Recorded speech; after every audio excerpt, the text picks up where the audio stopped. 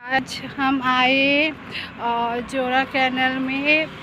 हम लोग का हरि मंदिर है, कृष्णा मंदिर, जो जहाँ पे ना हम लोग का यहाँ पे भगवत गीता का पाठ हो रहा है। तो आप लोग ज़रूर आइए। एक सप्ताह तक है, 20 तारीख से शुरू है और जाके ख़त्म होगा 26 को। तो आप लोग ज़रूर आइए, भगवत गीता सुनिए और सब इंजॉय करिए। और मेरा वीडियो को like and share and subscribe कर दीजिएगा और आप लोग पूरा सपोर्ट कीजिए मेरा वीडियो को। Thanks for all. তাকে অপমান করার চেষ্টা করেছে। আমি যদি ব্রহ্মচারী হই, ব্রাহ্মণের সন্তান হই, ঋষিপুত্র হই, আমার সেই ব্রহ্ম তপ দ্বারা আমি তাকে অভিশাপ দিলাম 7 দিনের মধ্যে তার তক্ষক দংশনে মৃত্যু হবে। বৃদ্ধান থেকে যখন ফিরে এসেছে সে মৃত সর্প নামিয়ে চেষ্টা করেছে,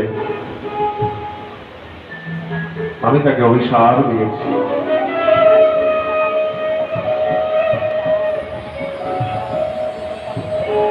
ভুল করেছ। সাধু যারা ঋষি হয় তাদের তো ক্রোধ করতে নেই বাবা। এত অপমান করেছে গিরিশ ঘোষ রামকৃষ্ণকে, বলছে তোমার কোনো মান সম্মানে আঘাত পৌঁছায়নি। কি বললেন রাম? জগতে তাদের কোনো মান অপমান হয় না। কেন? তারা তো সবকিছু গোবিন্দকে দিয়ে বসে আছে। সাধুকে যদি কেউ আঘাত করে, ভক্তকে যদি কেউ আঘাত দেয়, সেই আঘাত ভক্তের লাগে না, আমার গোবিন্দের অঙ্গে গিয়ে পৌঁছায়। নিতাই গৌর।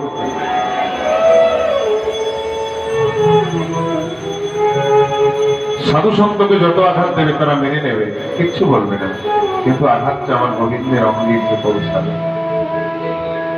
এজন্য মনের ভুলেও কখনো গুরু নিন্দা, সাধু নিন্দা, বৈষ্ণব নিন্দা এগুলো করবে না তোমরা। আমাদের যে মুখের বাণী, এই যে শব্দ, এই শব্দই হচ্ছে ব্রহ্ম। মন দিয়ে শ্রবণ করো, এই শব্দ ব্রহ্ম।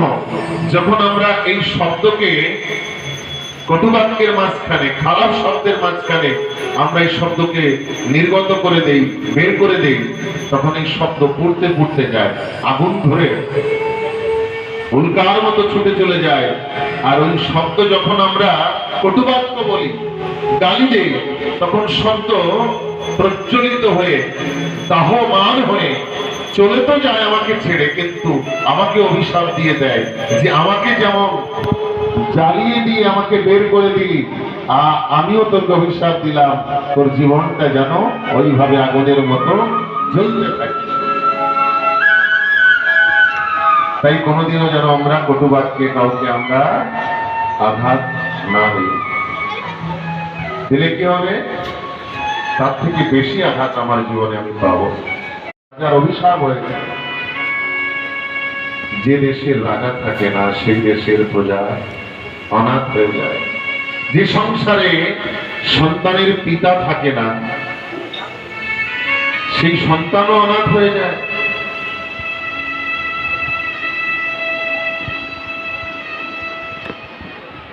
শাস্ত্রে কি বলেছে? পিতা স্বর্গ, কিন্তু জননী স্বর্গের থেকে শ্রেষ্ঠ। তবুও মাও যদি থাকে, যদি বাবা না থাকে, তাহলে মনে হয় যেন জীবনে কেউ।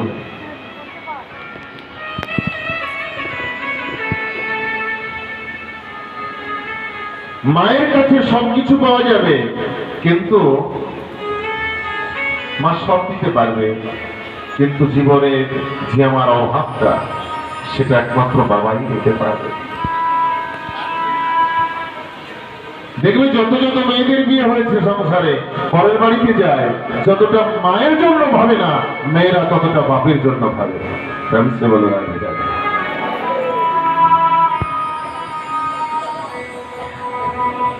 ভক্তিবিহীন হয়ে আমাদের জীবনকে আমরা কাটাই। একটু চিন্তা করে দেখুন, আসলে কি এটাই জীবন আমাদের?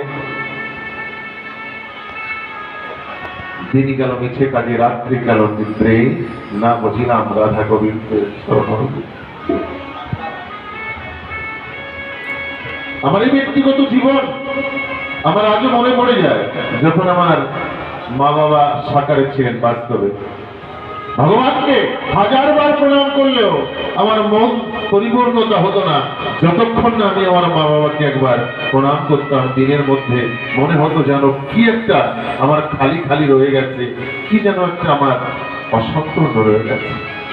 মাথা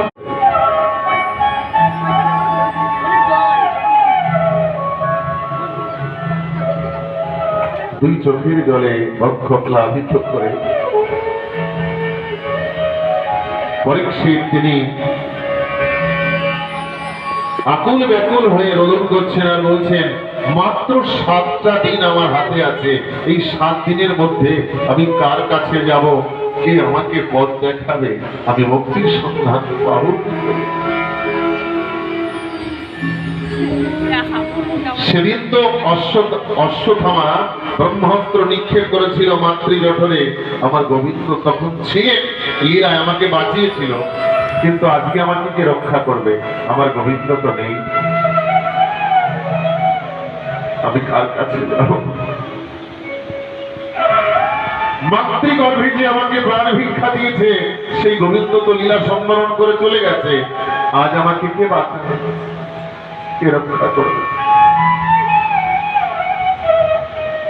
সবাইকে ডাক দিয়ে বললেন, আমার জীবন নদীর খেয়া ঘাটে আমার গোবিন্দ কান্ডারি হয়ে আমাকে ডাকছে, আমার তো তার ডাকে সাড়া দিতে হবে। সমস্ত ডাকে আমরা সাড়া না দিলেও একটা ডাকে আমাদের সাড়া দিতে হবে। যেদিন আমাদের শেষের বেলা, শেষের ডাক এসে যাবে, সেদিন আমাকে সেই ডাকে সাড়া দিতে হবে, সবাইকে চলে যেতে হবে। খেলার সাথী রে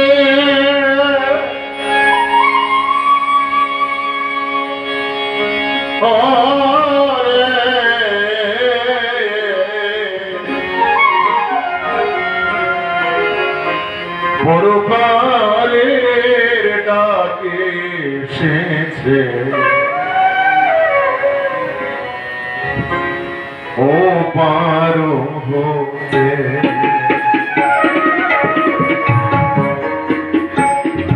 পরকালের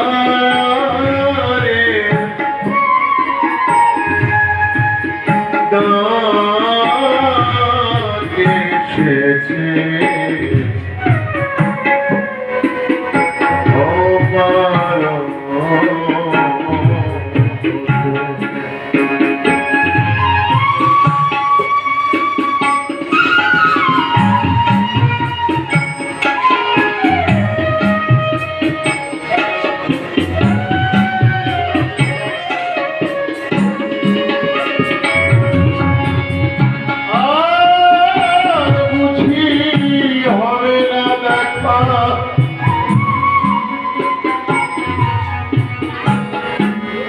তোমাদের সাথে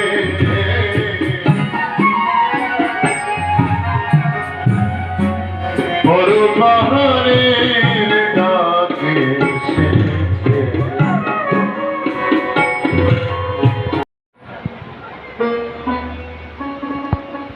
আমি তো একে সৃষ্টি করেছি, এইটুকুই জানি।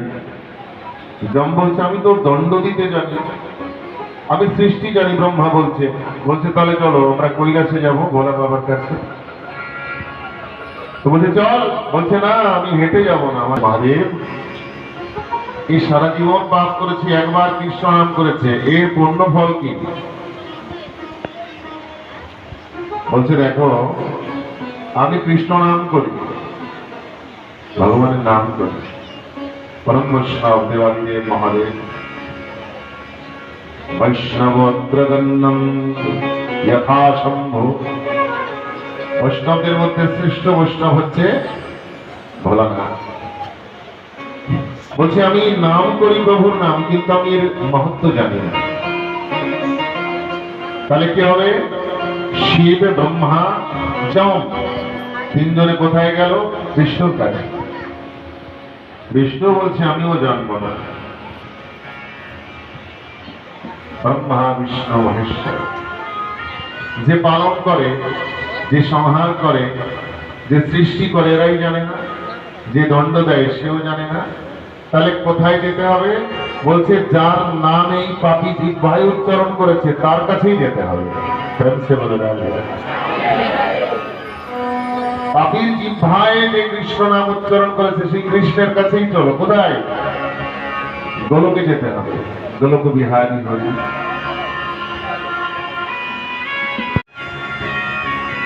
তখন সাক্ষাৎ আমার গোলক বিহারী হরি বললেন, গোবিন্দ, তোমাদের পরে এই পৃথিবী চলছে, এই দুনিয়া চলছে, তোমরা সৃষ্টিকর্তা, পালনকর্তা, সংহারকর্তা, তোমাদের এতটুকু জ্ঞান হলো না? ধর্মরাজকেও বলছে এই পৃথিবীতে 12 জন ভাগবত তত্ত্ববেত্তা, তার মধ্যে একজন যম আছে। ধর্মরাজ যম, তিনিও কিন্তু ভাগবত একজন, ভাগবত সম্পূর্ণভাবে জানেন। তা বলছে শোনো, প্রথম পূর্ণ ফল হচ্ছে কৃষ্ণ নাম যদি একবার কেউ জিহ্বায় উচ্চারণ করে তাহলে ব্রহ্মা, বিষ্ণু, মহেশ্বর এবং ধর্মরাজ তারা সবাই মিলে কোলে করে নিয়ে এই গোলক বৃন্দাবনে এসে পৌঁছায়। এই তার পূর্ণ। দ্বিতীয় পূর্ণ ফল কি? একবার যে গোলকধামে এসে পৌঁছায় গোবিন্দের চরণে, সে আর কোনদিন ওই নরকে ফিরে যায় না। হৃদয় যতই বড় পাপী হোক না কেন, একবার যদি আমার চরণে কেউ এসে পৌঁছায় তার আর কোনো পতন হয় না। মানে মৃত্যু কৌন্তয় পুনর্জন্ম ন বিদ্যতে। একবার যদি আমার কাছে যেন যেন প্রকারে এসে পৌঁছাতে পারে তার পুনর্জন্ম হয় না, তার ওই মৃত্যু লোকে যেতে হয়।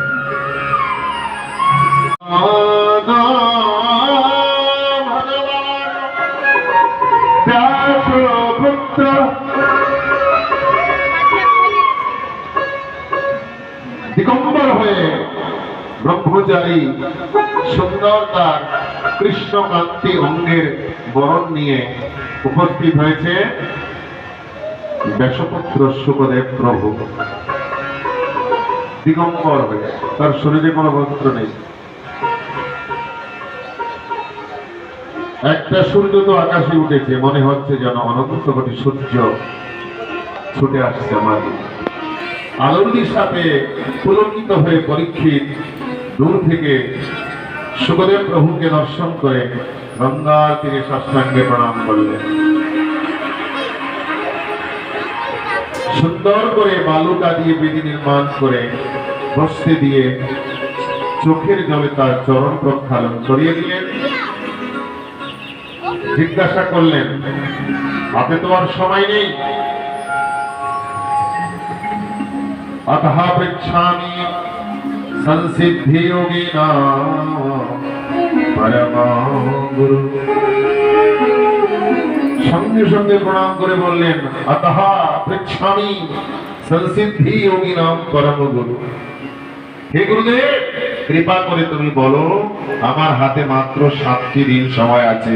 এই 7 দিনের মধ্যে আমার